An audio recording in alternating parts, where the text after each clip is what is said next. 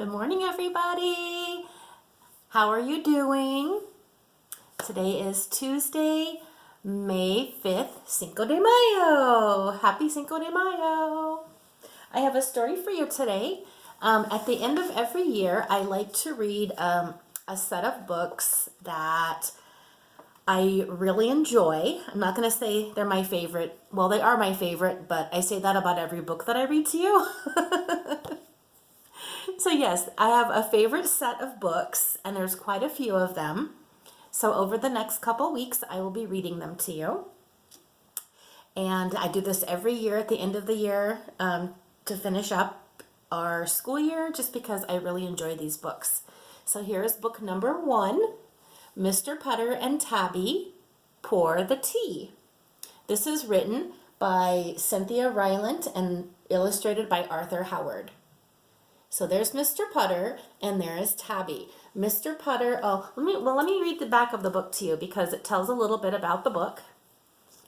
It says, Mr. Putter is tired of living alone. He wants someone to listen to his stories and share his tea, but good company is hard to find.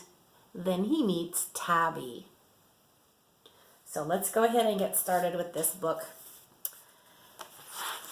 This book is a chapter book, but it's got really short chapters. The chapters in this book are, chapter 1 is called Mr. Putter, chapter 2 is called Tabby, and chapter 3 is called Mr. Putter and Tabby. Chapter 1, Mr. Putter.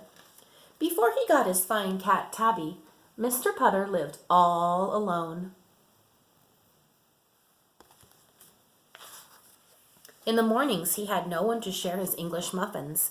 In the afternoons, he had no one to share his tea. And in the evenings, there was no one Mr. Putter could tell his stories to.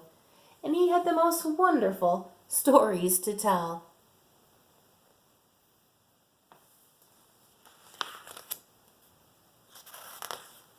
All day long, as Mr. Putter clipped his roses and fed his tulips and watered his trees, he wished for some company.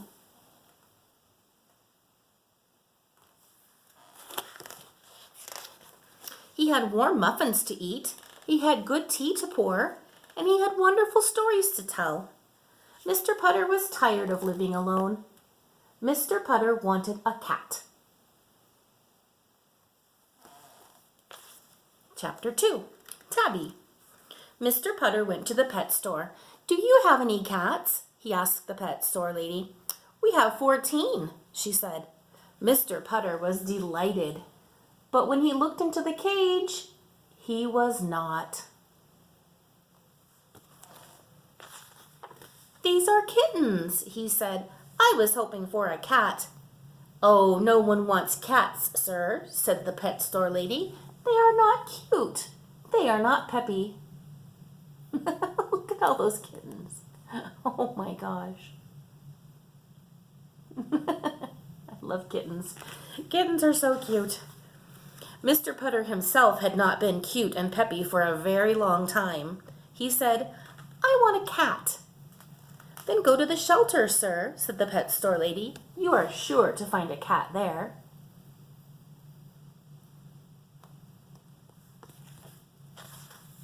Mr. Putter went to the shelter. Have you any cats? He asked the shelter man. Well, we have a fat gray one, a thin black one, and an old yellow one, said the man. Did you say old? Said Mr. Putter. That one looks like my Daisy. The shelter man brought Mr. Putter the old yellow cat. Its bones creaked, its fur was thinning, and it seemed a little deaf. Mr. Putter creaked. Here, his hair was thinning, and he was a little deaf too.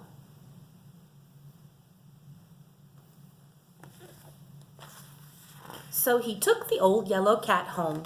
He named her Tabby, and that is how their life together began.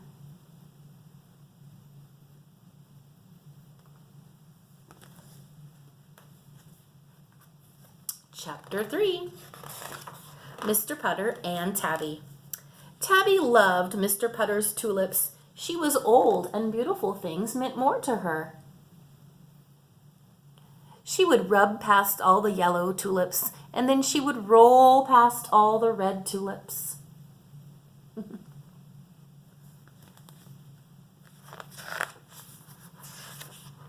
Then she would take her bath among all the pink tulips. Mr. Putter clipped roses while Tabby bathed. In the mornings, Mr. Putter and Tabby liked to share an English muffin. Mr. Putter ate his with jam. Tabby ate hers with cheese. Cream cheese. Yum, yum. In the afternoons, Mr. Putter and Tabby liked to share tea. Mr. Putter took his with sugar, and Tabby took hers with cream. And in the evenings, they sat by the window, and Mr. Putter told stories. He told the most wonderful stories, and each story made Tabby purr.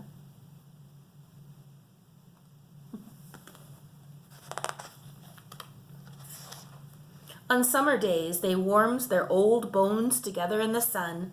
On fall days, they took long walks through the trees. And on winter days, they turned the opera up really loud.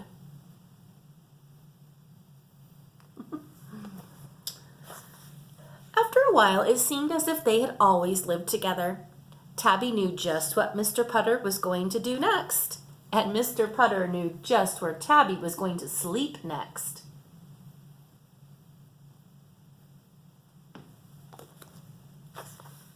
In the mornings, each looked for the other as soon as they opened their eyes.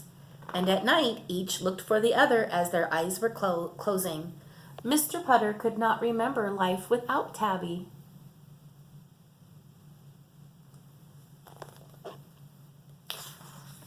Tabby could not remember life without Mr. Putter. They lived among the tulips and the trees.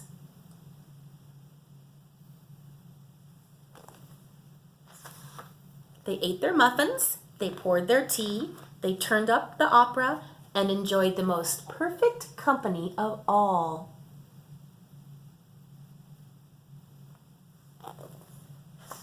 Each other. And there they are.